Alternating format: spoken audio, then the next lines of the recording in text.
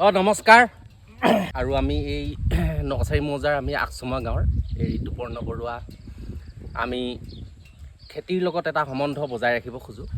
যেতিয়া আমি আজৰি সময় পাওঁ তেতিয়া এই খেতি বাতিবিলাকত ব্যস্ত থাকোঁ আৰু এই যিটো আমি এতিয়া অলপ শাৰীৰিক পৰিশ্ৰম কৰিছোঁ, এই পৰিশ্ৰমটোৱে আমাৰ শাৰীৰিকভাৱেও মানে বেমাৰ আজাৰৰ পৰা আমাক দূৰত্বত ৰাখে বহুত।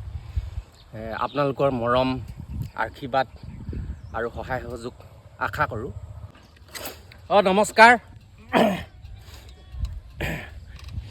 ইয়াত আমি মানে কবি পুলিৰ এখন নাৰ্চাৰী কৰিবলৈ বিচাৰিছোঁ আৰু খুব সহজতে খেতিয়কবিলাকে যদি ইচ্ছা কৰে উন্নত জাতৰ কবি পুলি আপোনালোকে আমাৰ পৰা যোগাযোগত নিব পাৰিব।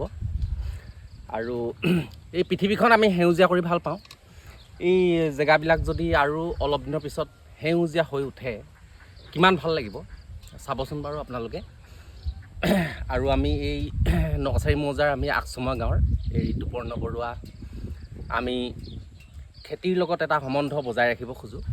যেতিয়া আমি আজৰি সময় পাওঁ তেতিয়া এই খেতি বাতিবিলাকত ব্যস্ত থাকোঁ আৰু এই যিটো আমি এতিয়া অলপ শাৰীৰিক পৰিশ্ৰম কৰিছোঁ, এই পৰিশ্ৰমটোৱে আমাৰ শাৰীৰিকভাৱেও মানে বেমাৰ আজাৰৰ পৰা আমাক দূৰত্বত ৰাখে বহুত।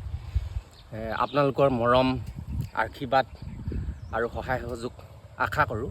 আৰু এই ভিডিঅ'টোনো চাই কেনেকুৱা পালে আপোনালোকে কমেণ্টৰ জৰিয়তে আমাক জনাবলৈ বা উৎসাহ জনাবলৈ নেপাহৰিব।